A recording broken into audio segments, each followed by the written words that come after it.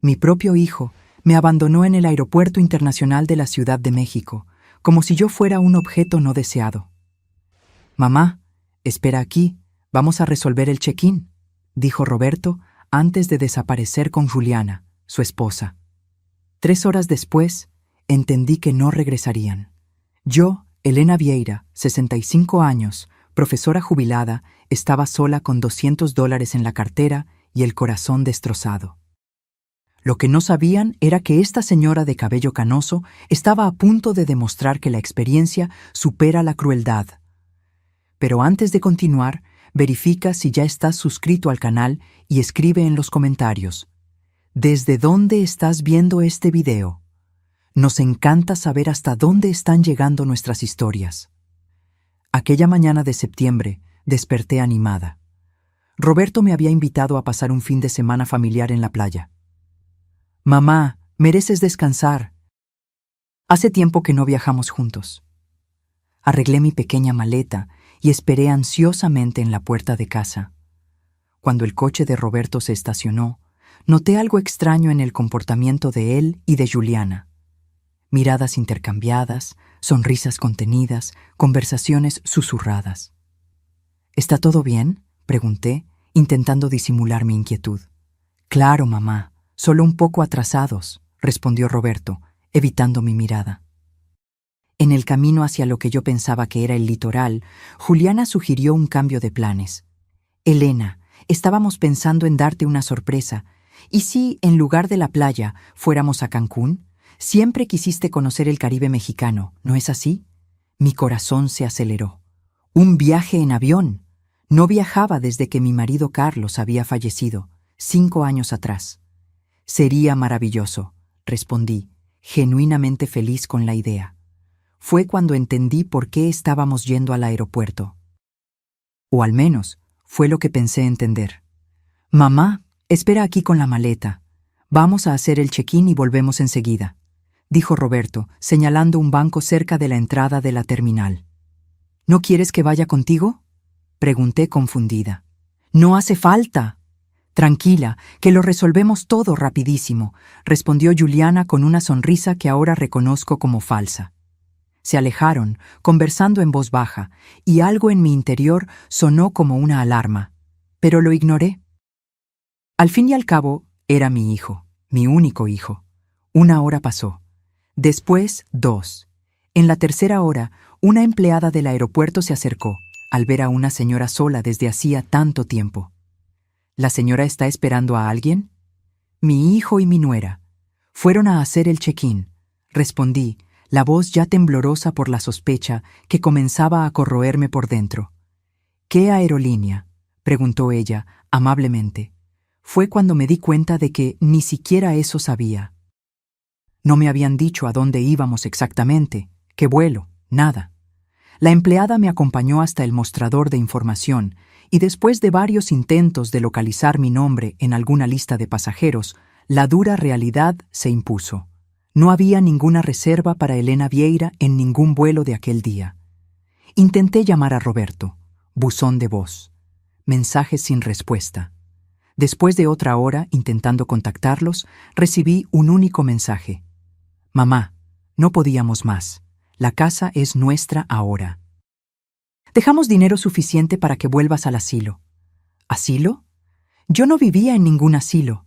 Vivía en mi propia casa, comprada con el sudor del trabajo mío y de Carlos durante 35 años como profesores. La casa que, aparentemente, Roberto ahora consideraba suya. Me senté nuevamente en aquel mismo banco, con las piernas temblorosas, intentando procesar la traición. La gente pasaba apurada, arrastrando maletas, viviendo sus vidas normales mientras mi mundo se desmoronaba. Fue cuando noté un detalle. Mi bolso estaba más ligero. Mis documentos habían desaparecido. Mi identificación, mi CURP, clave única de registro de población, y más alarmante, la escritura de la casa que siempre llevaba conmigo desde la muerte de Carlos, por miedo a perderla.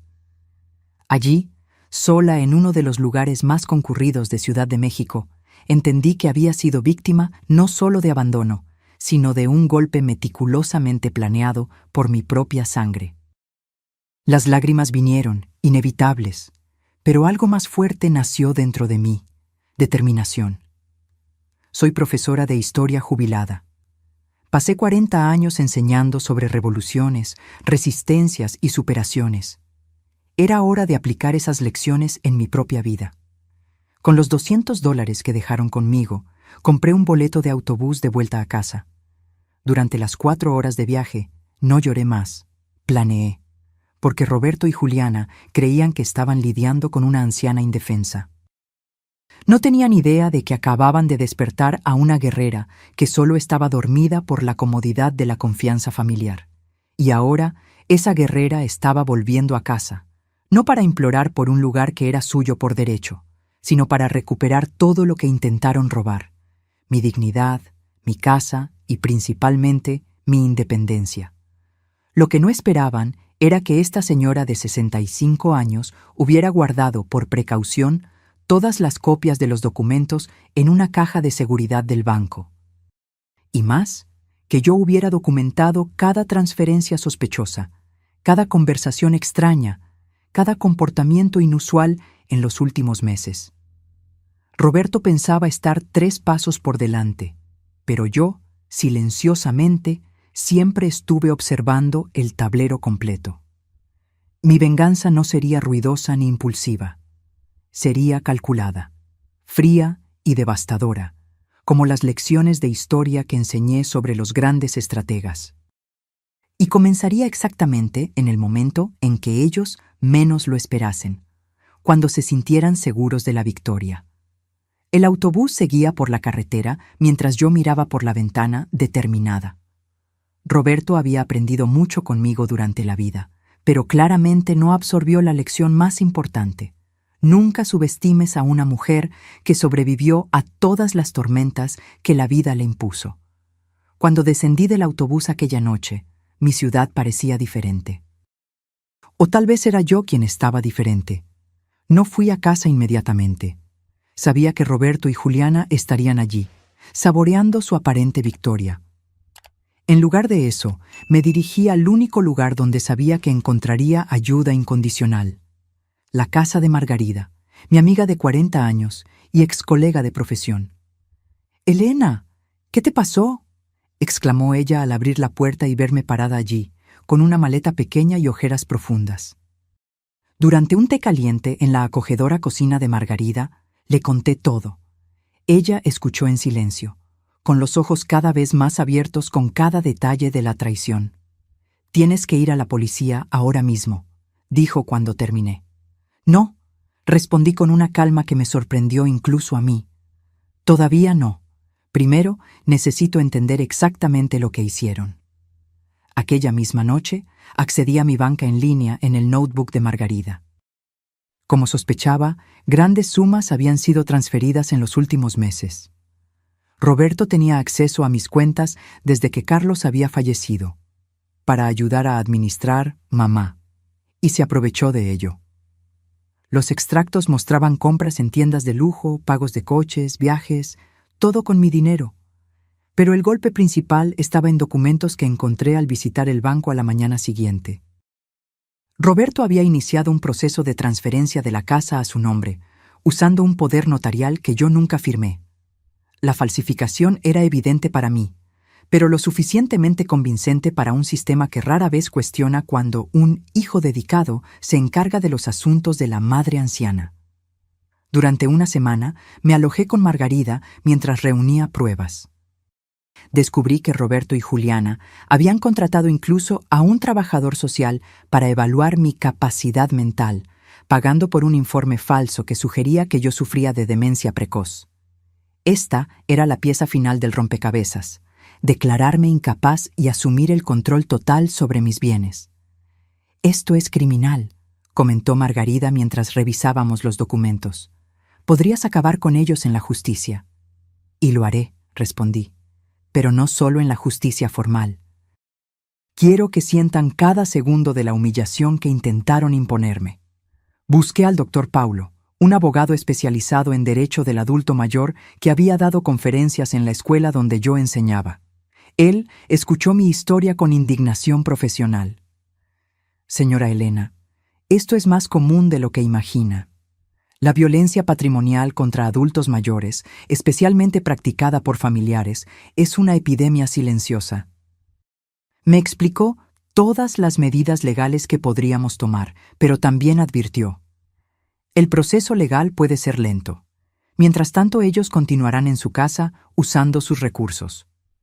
Tengo un plan para eso también, respondí sorprendiéndolo. En los días siguientes, monté mi estrategia.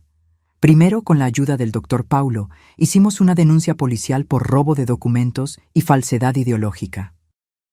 Después, conseguimos una orden judicial urgente para bloquear cualquier transacción que involucrara mis bienes. Pero yo sabía que eso no sería suficiente para golpearlos donde realmente importaba, en el orgullo. Roberto siempre fue extremadamente preocupado por su imagen social. Graduado en administración, construyó una carrera como gerente en una empresa respetada, cultivando cuidadosamente la reputación de hombre íntegro y dedicado a la familia. Juliana, por su parte, era activa en grupos de caridad de la iglesia local, siempre publicando en redes sociales sobre valores familiares y cuidado de los ancianos. La hipocresía de ellos sería su propia ruina. Comencé a frecuentar los mismos lugares que ellos: el supermercado donde Juliana hacía las compras, el café cerca del trabajo de Roberto, incluso la iglesia que frecuentaban los domingos. No los abordaba directamente. Solo me hacía visible, descuidada, visiblemente confusa, exactamente la imagen que querían construir de mí. La gente comenzó a notarlo. «Elena, ¿cuánto tiempo? Pensé que estabas viajando, como Roberto comentó», dijo la cajera del supermercado. «¿Viajando? No. Estoy viviendo con una amiga porque mi hijo me quitó la casa», respondí con aire ingenuo. Conversaciones como esta se multiplicaron por la pequeña ciudad. Cuando alguien me preguntaba directamente, yo respondía con hechos simples, sin acusaciones directas. «Fui abandonada en el aeropuerto». «No, no sé por qué». «Sí, mis documentos desaparecieron». «No, no puedo volver a mi casa ahora». En 2 semanas, los primeros resultados aparecieron. Roberto me llamó, furioso. «¿Qué historia es esa que estás esparciendo por la ciudad?» «¿Qué historia, hijo? Solo estoy viviendo mi vida». «La gente está haciendo preguntas en el trabajo». «El pastor me llamó para hablar. Tienes que parar con esto». «¿Parar con qué? ¿De existir? ¿No fue eso lo que quisiste cuando me dejaste en el aeropuerto?» Él colgó abruptamente. 2 días después, Juliana apareció en la casa de Margarida. «Elena, esto tiene que parar», dijo sin saludar. «Estás arruinando nuestra reputación». «Qué interesante», respondí tranquilamente. «Te preocupa más tu reputación que el hecho de que abandonaron a una señora de 65 años en un aeropuerto sin documentos». «¡Fue idea de Roberto!», exclamó ella, revelando la primera grieta en la pareja. «Yo dije que era exagerado, que bastaba con la transferencia de la casa». «¿Entonces admites la transferencia fraudulenta?». Su rostro palideció al darse cuenta del error. «No fue exactamente así». «Fue exactamente así, Juliana.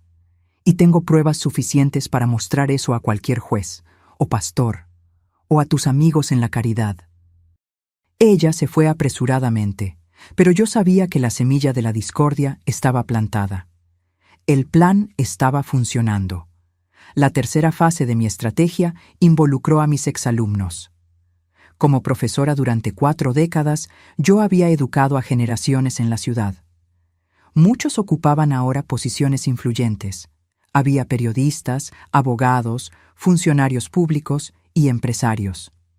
Organicé un café para matar las nostalgias en la casa de Margarida. 20 exalumnos asistieron, ansiosos por volver a ver a la querida profesora. Entre pasteles y recuerdos, compartí naturalmente mi situación.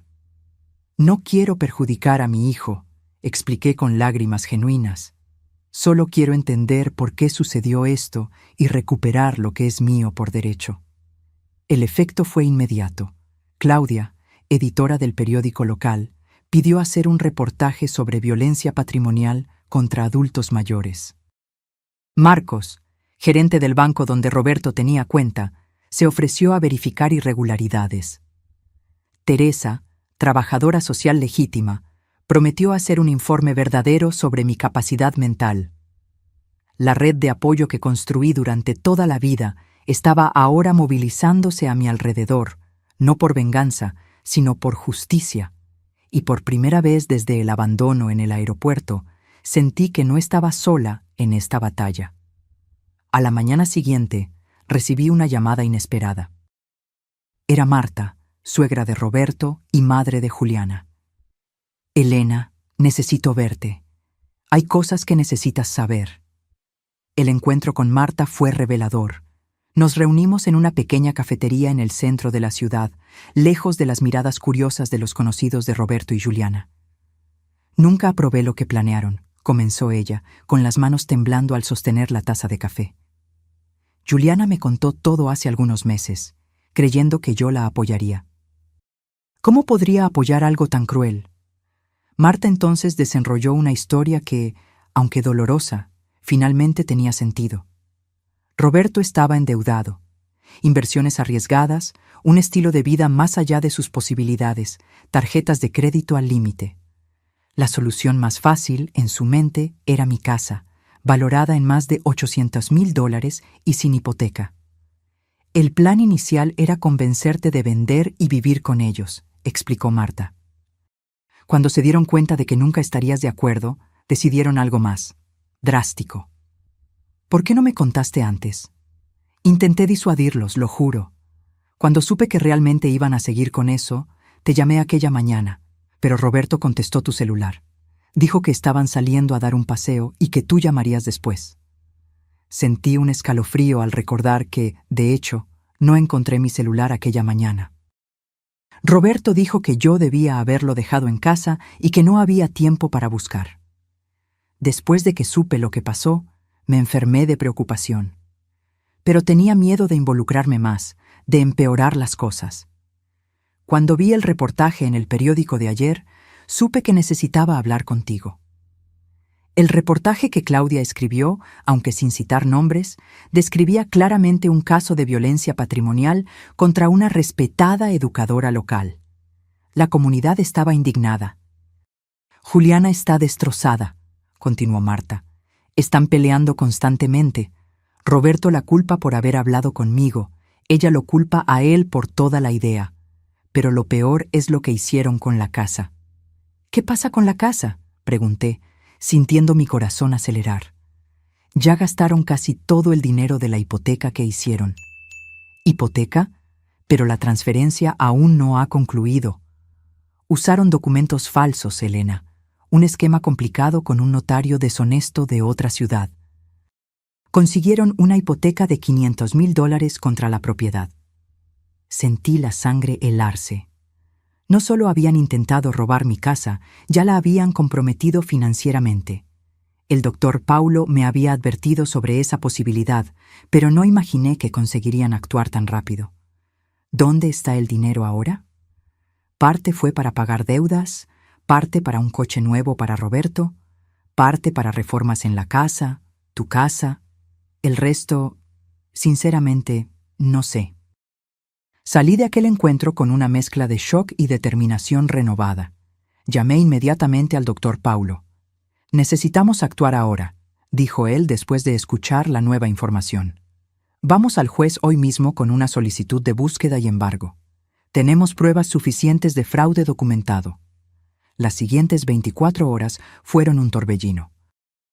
El juez, sensibilizado con el caso e impresionado con la cantidad de pruebas que habíamos reunido, emitió no solo la orden de búsqueda y embargo, sino también un mandato de desalojo de emergencia contra Roberto y Juliana. No es común en casos familiares, explicó el doctor Paulo, pero el juez entendió que hay riesgo de dilapidación completa del patrimonio y daños irreparables. A la mañana siguiente, acompañada por oficiales de justicia, policías, el doctor Paulo y, por mi insistencia, Margarida, llegué a la puerta de mi propia casa, un lugar donde viví por 35 años, pero del cual estaba exiliada hacía casi un mes. Roberto abrió la puerta todavía en pijama, con los ojos hinchados de quien no dormía bien hacía días. Su rostro pasó de la sorpresa al shock cuando vio al grupo detrás de mí. «Mamá, ¿qué significa esto?». El oficial de justicia dio un paso adelante. «Señor Roberto Vieira, estamos aquí para ejecutar una orden judicial de desalojo y búsqueda y embargo. Ustedes tienen 2 horas para reunir pertenencias personales y dejar el inmueble». «Esto es un absurdo», gritó él con el rostro rojo de rabia. «Esta casa es mía». «Me temo que no, señor», respondió el oficial tranquilamente, entregándole los papeles.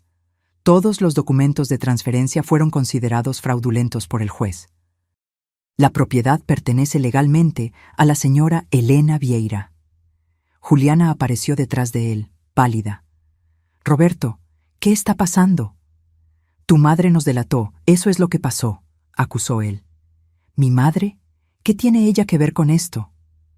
Mientras ellos discutían, entré en mi casa. El impacto fue inmediato. Nada estaba como lo dejé. Los muebles antiguos que tanto amaba habían desaparecido, sustituidos por piezas modernas e impersonales. Las paredes amarillas que Carlos y yo pintamos juntos ahora estaban grises. Las fotos de familia, mis libros, mis recuerdos, todo había sido removido o relegado a cajas que encontré apiladas en el garaje. «¿Qué hicieron con mis cosas?», pregunté, con la voz temblorosa.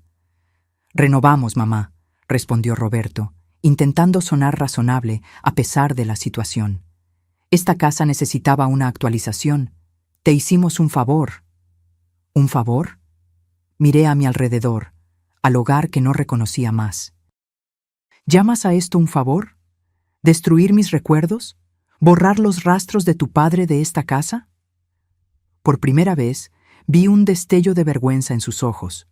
Fue momentáneo, rápidamente sustituido por la defensiva habitual. La señora nunca entendió de decoración moderna. Esto aquí era un museo. Nadie vive así hoy en día. Los policías y el oficial de justicia comenzaron el proceso formal, inventariando ítems, verificando documentos. Juliana, en pánico, corría de un lado a otro juntando ropa y objetos personales. Roberto, después de algunas tentativas inútiles más de argumentar, se encerró en el escritorio con el celular, probablemente llamando a algún abogado.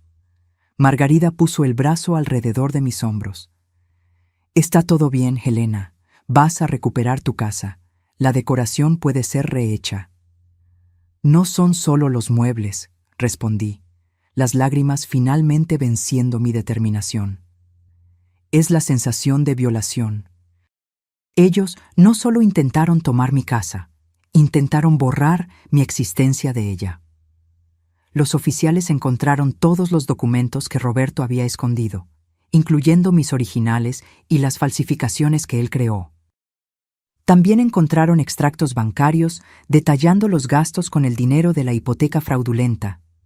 $150,000 en deudas personales, $200,000 en un coche de lujo que ahora sería incautado, $100,000 en mobiliario nuevo y reformas, y $50,000 en una cuenta en las Bahamas recién abierta.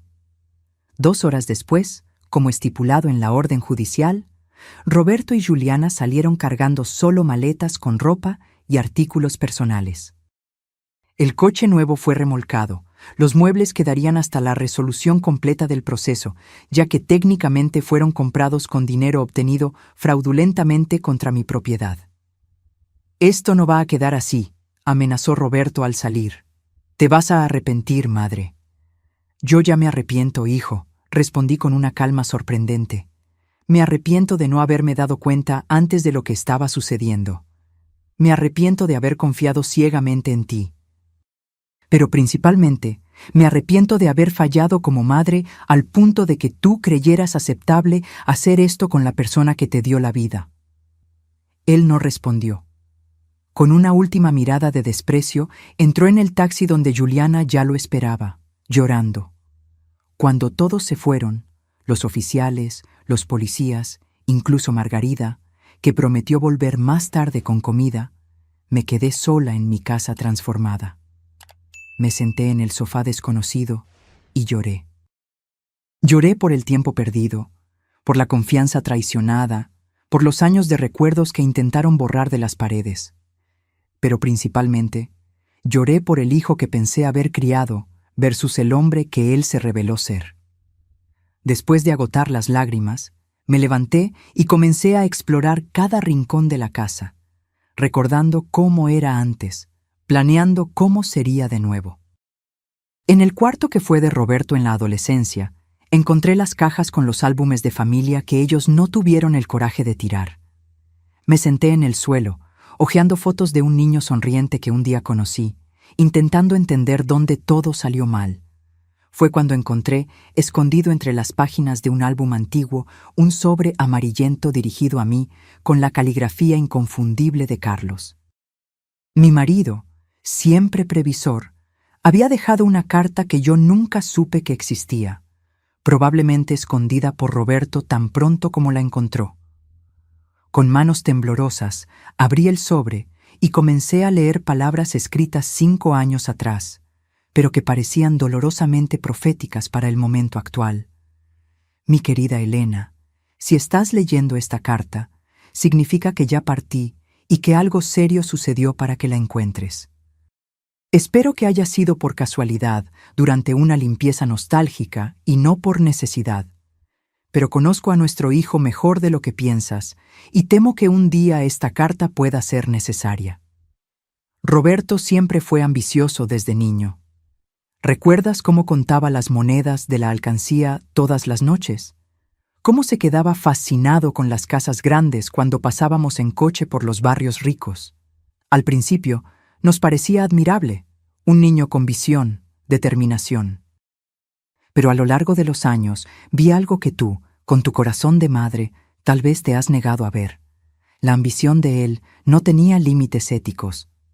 Las pequeñas señales estaban allí. El dinero que desaparecía de tu cartera. Las mentiras sobre las notas en la escuela. La manera como trataba a los compañeros menos favorecidos. Intenté corregirlo, pero tú siempre creíste que yo era demasiado duro. Es solo un niño, decías. Pero los niños crecen, Helena, y se convierten en los hombres que formamos. En los últimos años, Roberto me buscó varias veces para discutir planeación sucesoria, como él llamaba. Quería saber exactamente el valor de la casa, de los ahorros, de las pólizas de seguro. Al principio, creí que era preocupación legítima por nuestro bienestar. Después, me di cuenta de que era cálculo. Por eso tomé algunas precauciones que tú no sabes. Primero, registré todo exclusivamente a tu nombre después de mi jubilación. La casa, el coche, los ahorros, todo está registrado solo como tuyo, no como nuestro. Esto impide que la mitad vaya automáticamente a Roberto como herencia mía. Segundo, abrí una cuenta a tu nombre en el Banco de la Seguridad, sucursal central, que Roberto desconoce. Transferí allí una cantidad significativa, no todo, pues eso despertaría sospechas, pero lo suficiente para garantizar tu independencia en caso de que algo suceda. La contraseña es nuestro aniversario de bodas, seguido por el código que usábamos en la puerta de la sala de profesores. ¿Recuerdas? Tercero, y tal vez más importante, contraté discretamente al doctor Paulo Méndez para ser tu abogado en caso de necesidad. Él tiene copias de todos los documentos importantes e instrucciones para ayudarte si Roberto intenta algo. El número de él está grabado en aquel llavero de madera que te di en nuestro último aniversario. No es solo decorativo. Elena, sé que te estás preguntando por qué nunca te conté sobre estas sospechas. La verdad es que no estaba seguro, y la idea de envenenar tu relación con nuestro único hijo me parecía demasiado cruel. Tal vez estoy equivocado. Tal vez Roberto sea exactamente el hijo amoroso que tú crees que es, y esta carta nunca sea necesaria. Recé para que así fuera. Pero si estás leyendo esto en un momento de crisis, debes saber que no estás sola. Siempre fuiste más fuerte de lo que piensas, Elena. Fuiste tú quien enfrentó a la dirección de la escuela cuando intentaron censurar tus materiales sobre la dictadura. Fuiste tú quien organizó la huelga del 89 que garantizó nuestros derechos. Fuiste tú quien educó a generaciones de jóvenes a pensar críticamente. Usa esa fuerza ahora. No permitas que el dolor o la traición te definan. lucha por lo que es tuyo, pero no pierdas tu esencia en el proceso. La venganza puede parecer dulce, pero la justicia verdadera es más satisfactoria y te permitirá dormir en paz. Y recuerda siempre, nuestro valor no está en la casa o en los ahorros. Está en las vidas que tocamos, en los alumnos que inspiramos, en el amor que compartimos. Eso nadie puede robártelo. Con todo mi amor, hoy y siempre, Carlos. Las lágrimas corrían por mi rostro mientras doblaba cuidadosamente la carta. Carlos, incluso ausente desde hacía 5 años, todavía cuidaba de mí. Todavía me protegía. Y más importante, me recordaba quién era yo realmente. Sequé las lágrimas y tomé el llavero de madera que usaba desde que Carlos me lo dio, pero nunca había examinado con atención. Girándolo en mis manos, noté una pequeña protuberancia. La presioné y un compartimento secreto se abrió, revelando un pequeño papel con un número de teléfono, exactamente el mismo de la tarjeta que el doctor Paulo me había dado semanas atrás. Carlos había previsto todo. ¿Y aquella cuenta bancaria desconocida? ¿Seguiría existiendo? Con las manos temblando, marqué el número del Banco de la Seguridad. Me gustaría verificar una cuenta a mi nombre, Elena Vieira. La cuenta habría sido abierta hace aproximadamente 5 años por mi difunto marido, Carlos Vieira. Después de algunas verificaciones de seguridad, la asistente confirmó: «Sí, señora Elena, la cuenta está activa y tiene un saldo actual de $387,942,153 con los intereses acumulados». Casi dejo caer el teléfono.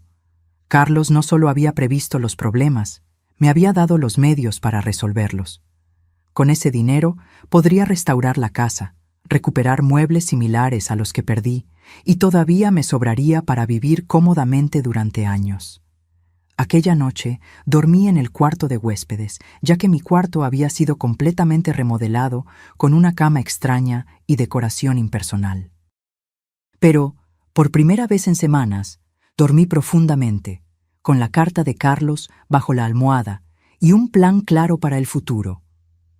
A la mañana siguiente, comencé la reconstrucción. Llamé al doctor Paulo para informarle sobre la cuenta secreta y discutir los próximos pasos legales. La hipoteca fraudulenta sería impugnada, y aunque el proceso podría tardar, las posibilidades eran buenas, considerando las pruebas contundentes de fraude. El banco que concedió la hipoteca tendrá que asumir la pérdida, explicó el doctor Paulo. No realizaron la debida diligencia al verificar los documentos. La casa permanecerá tuya, sin deudas. Enseguida llamé a Margarida y a otras amigas profesoras. En pocas horas, ellas organizaron un voluntariado de limpieza y reorganización. Más de 10 excolegas aparecieron, trayendo comida, productos de limpieza y algo aún más valioso: solidaridad. «Vamos a limpiar esa energía negativa de tu casa, Elena», dijo Lourdes, mi amiga de 30 años, abriendo todas las ventanas. Mientras las mujeres trabajaban, les conté sobre la carta de Carlos. No había vergüenza en compartir la historia ahora. La ciudad entera ya sabía sobre el golpe de Roberto a través del reportaje del periódico. «Carlos siempre fue un hombre prudente», comentó Ivone, que también había conocido a mi marido. «Siempre decía que esperaba lo mejor de las personas, pero se preparaba para lo peor». «Quisiera que él estuviera aquí», confesé, sintiendo su falta con renovada intensidad. «Él está, querida», respondió Lourdes, señalando mi corazón. Y por la carta, parece que nunca se fue realmente. Durante las semanas siguientes me dediqué a recuperar mi casa. No podría restaurarla exactamente como era.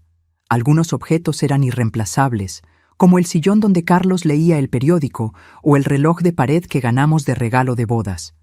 Pero podía crear un nuevo hogar que honrara el pasado mientras miraba hacia el futuro. Contraté a un carpintero para recrear la mesa del comedor, lo más parecida posible a la original. Compré nuevas estanterías para mis libros, que afortunadamente estaban solo empacados y no destruidos. Recuperé algunas piezas antiguas en la tienda de antigüedades de la ciudad y complementé con muebles nuevos que realmente me gustaban, no los que Roberto y Juliana habían elegido. El caso en la justicia avanzaba. La investigación reveló que el esquema era aún más complejo de lo que imaginábamos. El notario deshonesto había facilitado transferencias fraudulentas en al menos 6 otros casos, todos involucrando a adultos mayores.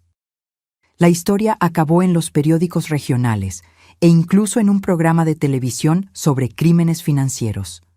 Roberto y Juliana estaban enfrentando no solo un proceso civil, sino también acusaciones criminales. Marta me informaba ocasionalmente sobre la situación de ellos. Vivían separados ahora, cada uno culpando al otro por el fracaso del plan.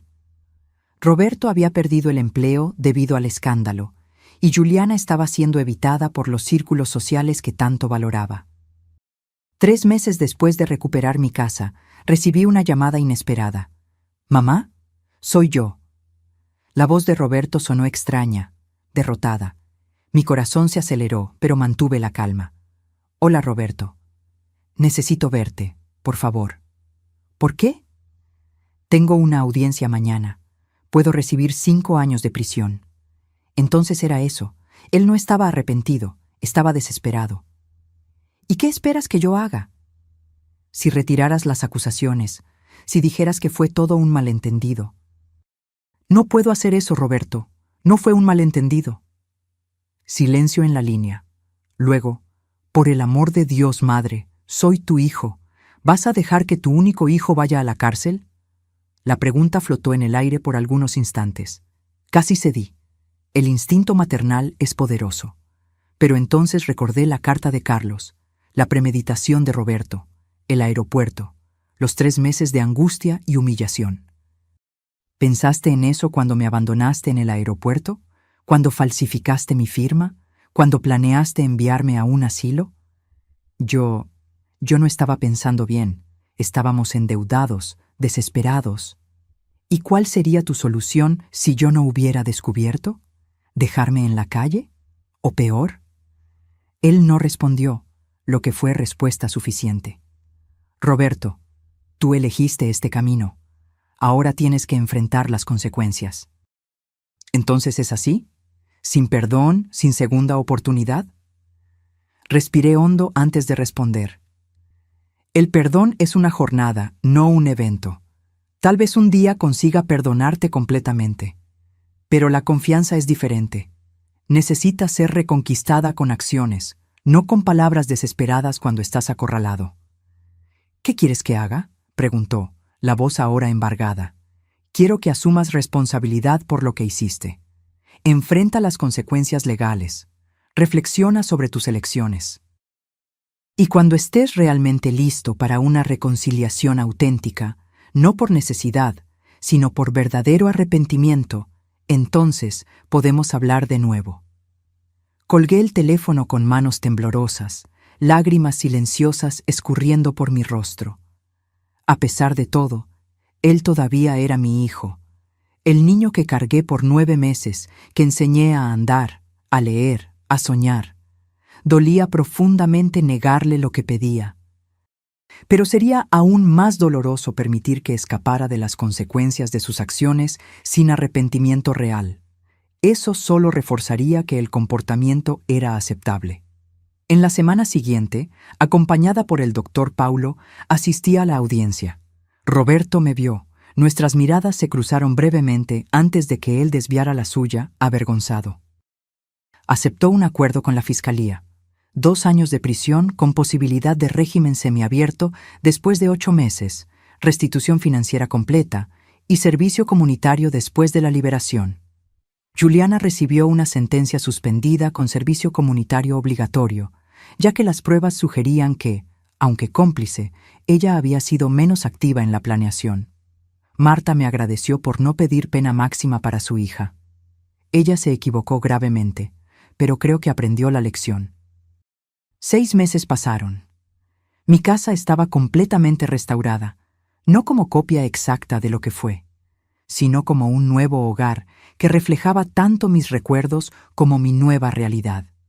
volví a dar clases como voluntaria en un proyecto para alfabetización de adultos mayores.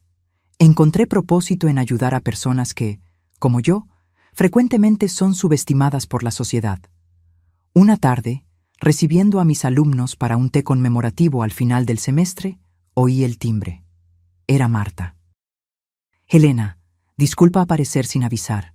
Roberto me pidió que te entregara esto».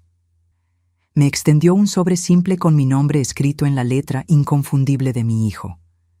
Le agradecí y lo guardé para leer después de que mis invitados se fueran. Por la noche, sola en el balcón que había reformado con colores vibrantes, una elección que el antiguo Roberto habría criticado como cosa de vieja, abrí el sobre. La carta de Roberto era extensa, escrita a mano en varias páginas. Diferente de las comunicaciones rápidas y digitales que él siempre prefirió, el esfuerzo de escribir manualmente ya indicaba un cambio. «Mamá, escribo esta carta desde el lugar más improbable, una celda de prisión que comparto con otros 3 hombres. Nunca imaginé estar aquí, pero tal vez este sea exactamente el lugar donde yo necesitaba estar para finalmente ver la verdad. En los primeros meses, culpé a todos menos a mí mismo. Culpé a Juliana por no haber sido lo suficientemente discreta. Culpé al notario por no haber hecho documentos más convincentes. Culpé a la señora por haber sido demasiado lista para una anciana. Sí, llegué a ese nivel de distorsión. Entonces, durante una sesión de terapia obligatoria, parte de mi sentencia, el psicólogo me hizo una pregunta simple. ¿Qué hizo tu madre para merecer lo que tú planeaste para ella? Me quedé en silencio por mucho tiempo, buscando justificaciones. La señora era terca con el dinero. No entendía nuestras necesidades modernas. Estaba demasiado apegada a aquella casa antigua. Pero cuanto más intentaba justificar, más vacías sonaban mis excusas. La verdad, que estoy finalmente listo para admitir, es que la señora no hizo nada para merecer mi traición. Por el contrario, dedicó su vida a darme educación, amor, oportunidades. Sacrificó sus propios sueños para que yo pudiera realizar los míos. ¿Y cómo retribuí? Con avaricia, manipulación y crueldad. El psicólogo me ayudó a entender que mi comportamiento no comenzó de la nada. Siempre estuve obsesionado por el estatus, por las apariencias. Creía que merecía más, que las reglas normales no se aplicaban a mí, que el fin justificaba los medios. Culpé a mis problemas financieros, pero la verdad es que mi avaricia era insaciable. Aunque tuviéramos 5 casas como la tuya, yo probablemente todavía querría más. Hoy entiendo que el plan de abandonarte en el aeropuerto no fue solo criminal, fue inhumano. Dejar a mi propia madre, de 65 años, sin documentos, sin apoyo, como si fuera un objeto descartable. ¿Cómo pude? ¿Cómo me convertí en este monstruo? No espero tu perdón. Sinceramente no creo que lo merezca. Pero quiero que sepas que estoy trabajando para convertirme en una persona mejor.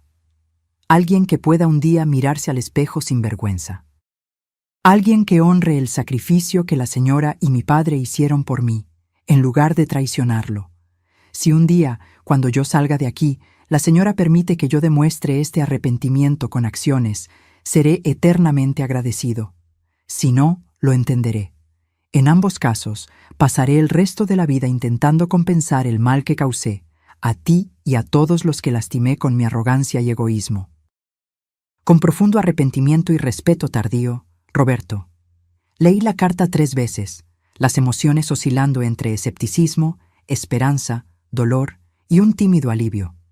¿Sería sincero o solo otra manipulación de un hombre desesperado por mejorar su situación? No tenía respuestas todavía, solo la certeza de que necesitaba tiempo para procesar esas palabras. Guardé la carta en la gaveta del escritorio y decidí que no respondería inmediatamente. El tiempo diría si el arrepentimiento de Roberto era genuino. En las semanas siguientes recibí 2 cartas más de él. No mencionaban perdón o peticiones, solo compartían reflexiones sobre su infancia, recuerdos de momentos familiares y observaciones sobre su proceso terapéutico en la prisión. Parecía estar realmente haciendo un trabajo interno, aunque fuera imposible tener certeza a distancia. Después de 3 meses de correspondencia unilateral, decidí responder. Mi carta fue breve. Roberto, recibí tus cartas. No puedo decir que estoy lista para perdonar completamente, pero reconozco tus esfuerzos para reflexionar sobre tus acciones. Eso es un comienzo. Me preguntas sobre mi día a día. Retomé la enseñanza como voluntaria. Estoy ayudando a adultos mayores a aprender a leer y escribir. Es gratificante ver a personas de mi edad o mayores descubriendo nuevos mundos a través de las palabras. La casa está diferente ahora. No intenté recrear exactamente lo que era antes. Algunas cosas, cuando se rompen, no vuelven a la forma original. Pero creamos algo nuevo a partir de los fragmentos. Encontré la carta que tu padre dejó para mí. Él siempre fue más perspicaz sobre ti de lo que yo quise admitir. Tal vez ambos fallamos contigo de maneras diferentes. Él siendo demasiado duro, yo demasiado permisiva. Los extremos rara vez producen equilibrio. No sé qué le depara el futuro a nuestra relación. Por ahora, estoy dispuesta a continuar esta correspondencia, un paso a la vez. Elena. Nuestro intercambio de cartas continuó por meses. Gradualmente, Roberto comenzó a hacer preguntas sobre Carlos, sobre nuestra vida antes de que él naciera, sobre elecciones que hicimos como padres. Me di cuenta de que, tal vez por primera vez, él estaba realmente interesado en entender quiénes éramos como personas, no solo como figuras parentales que existían para atender sus necesidades. 8 meses después de su prisión, Roberto consiguió la progresión al régimen semiabierto. Podía trabajar durante el día, volviendo a la prisión por la noche. Consiguió un empleo como asistente administrativo en una pequeña empresa. Nada comparado con el cargo gerencial que tenía antes, pero era un nuevo comienzo. Fue cuando recibí una llamada de él. «Mamá, ¿puedo visitarte el próximo domingo? Entiendo si es muy pronto». Hesité. ¿Estaba lista para verlo personalmente? ¿Para enfrentar al hijo que había planeado mi exilio? «Ven a almorzar», respondí finalmente. Mediodía. El domingo llegó con una ansiedad casi palpable. Preparé una comida simple: arroz, frijoles, la lasaña que a él le gustaba en la infancia. Nada extravagante, pero suficiente para indicar que no era solo una visita formal. A las 11:55 sonó el timbre. Roberto estaba puntual, algo raro en el pasado. Abrí la puerta y el shock fue inmediato. Mi hijo había cambiado drásticamente. Más delgado, cabellos canosos en las sienes que no estaban allí antes, ojeras profundas. Los 8 meses de prisión habían cobrado su precio físico. Pero fue su mirada lo que más me impactó. Los ojos arrogantes que siempre parecían evaluar todo con desdén, ahora estaban bajos, casi humildes. «Hola, mamá», dijo simplemente, sin intentar un abrazo, respetando el espacio que yo no había ofrecido todavía. «Entra, Roberto». Él me siguió hasta la sala, mirando a su alrededor con curiosidad. La casa está diferente, más colorida. Sí, decidí que era hora de cambios. Combina contigo. Siempre te gustaron los colores vivos, recuerdo tu ropa de profesora. Este comentario me sorprendió. Roberto raramente notaba detalles sobre mí. El almuerzo comenzó tenso, con conversaciones superficiales sobre el clima, las noticias, mi trabajo voluntario. Evitábamos al elefante en la sala. Todo lo que había sucedido, todo lo que todavía necesitábamos procesar. Fue Roberto quien finalmente rompió la barrera. «Mamá, sé que las palabras no son suficientes, pero necesito decirte personalmente. Lo siento mucho, profunda, verdaderamente arrepentido». Puse los cubiertos en la mesa, observándolo atentamente. «¿Por qué, Roberto?» Es lo que nunca entendí. ¿Por qué llegar a tal extremo? Podrías haber pedido ayuda financiera. Podrías haber sido honesto sobre tus dificultades. Él respiró hondo, los ojos fijos en la comida que apenas había tocado. No fue solo por dinero, aunque me convencí de eso en la época. Fue orgullo, vergüenza. No conseguía admitir que había fracasado financieramente, que había tomado malas decisiones. Era más fácil tomar lo que creía que merecía que admitir que no lo merecía. ¿Y eso justificaba abandonarme como basura?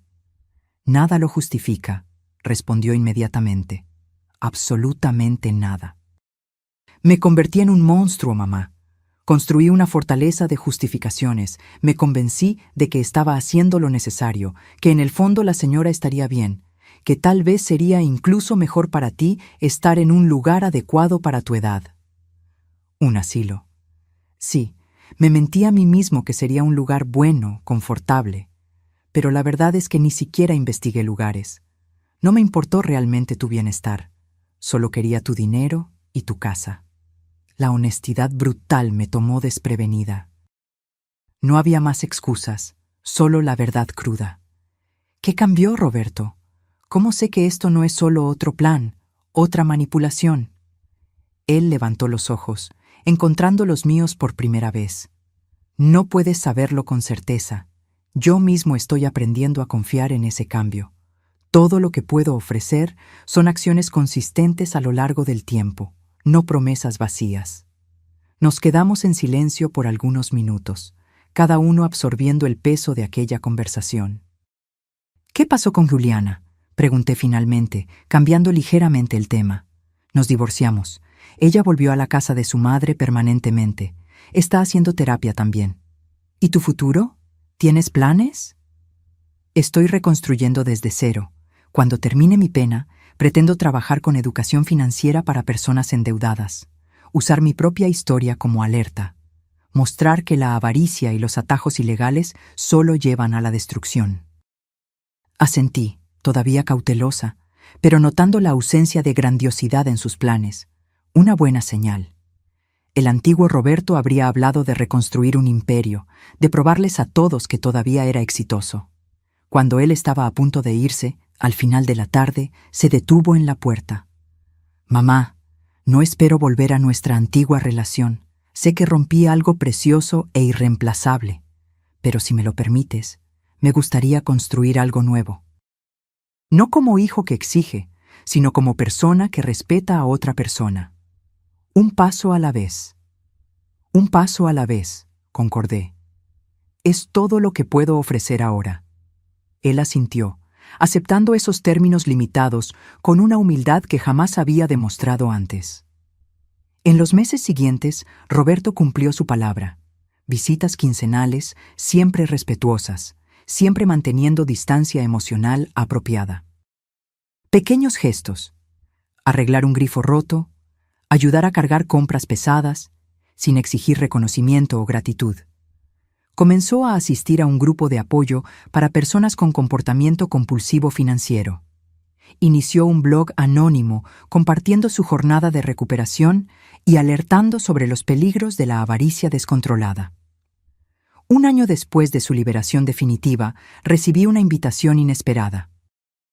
Roberto había organizado una ceremonia de graduación para los adultos mayores del proyecto de alfabetización donde yo trabajaba. Consiguió donaciones de empresas locales, organizó un pequeño cóctel, certificados impresos, incluso un fotógrafo voluntario. ¿Por qué?, pregunté cuando él me contó sobre la sorpresa. Porque tu trabajo importa, porque esas personas merecen reconocimiento, porque quiero apoyar lo que es importante para ti, sin tomar para mí, sin controlar, solo contribuyendo. La ceremonia fue un éxito. 20 adultos mayores, entre 70 y 92 años, recibiendo sus certificados de alfabetización, muchos llorando por finalmente poder leer y escribir. Roberto permaneció discretamente entre bastidores, ayudando con la logística, nunca buscando crédito o atención. Al final de la noche, mientras los invitados se iban, lo encontré organizando las sillas. «Gracias por esto», dije sinceramente. Significó mucho para ellos y para mí. «Fue un placer, mamá». Verte enseñar es inspirador, siempre lo fue. Una pequeña chispa de reconexión genuina se encendió entre nosotros en aquel momento. No perdón completo, no confianza irrestricta. Esas, tal vez, nunca regresarían íntegramente. Pero algo nuevo y frágil comenzaba a crecer en los escombros de lo que habíamos perdido. Hoy, 3 años después del fatídico abandono en el aeropuerto, nuestra relación continúa en evolución. Roberto vive en un apartamento modesto, trabaja en una ONG de educación financiera y mantiene una vida simple. No intentamos fingir que el pasado no sucedió. Él está siempre presente, como una cicatriz que ocasionalmente duele cuando el tiempo cambia. Pero aprendimos a construir algo alrededor de esa cicatriz. No una relación madre-hijo tradicional, sino una conexión entre dos personas adultas que reconocen tanto el daño como la posibilidad de cura. En cuanto a mí, aquella señora abandonada en el aeropuerto con $200 en la cartera ya no existe. En su lugar está una mujer de 68 años que descubrió su propia fuerza, que reconstruyó su vida en sus propios términos, que aprendió que incluso en las mayores traiciones pueden existir semillas de transformación. Mi casa ahora es verdaderamente mía, no solo legalmente, sino espiritualmente. Cada rincón refleja mis elecciones, mis gustos, mis historias. Las fotografías de Carlos continúan en las paredes, pero también hay nuevos cuadros, de viajes que hice sola, de celebraciones con mis alumnos adultos mayores, de momentos que representan mi independencia reconquistada. Y en la mesa de noche guardo 2 cartas. Una de Carlos, recordándome que siempre fui más fuerte de lo que pensé. Y una de Roberto, un recordatorio de que incluso las relaciones más dañadas pueden encontrar nuevos caminos, si hay coraje para enfrentar la verdad y persistencia para reconstruir ladrillo a ladrillo. La traición nunca desaparece completamente, se vuelve parte de la historia, un capítulo doloroso pero instructivo. Y tal vez sea esa la mayor lección que aprendí. Nuestro valor no está en nunca caer, sino en cómo nos levantamos después de la caída. No está en nunca ser traicionados, sino en cómo reconstruimos nuestra dignidad a pesar de la traición. Ahora, si te gustó esta historia, haz clic en suscribirse y dime en los comentarios, ¿qué parte te dejó boquiabierto? Y no olvides hacerte miembro para tener acceso a videos exclusivos que no publico aquí. Te espero allí.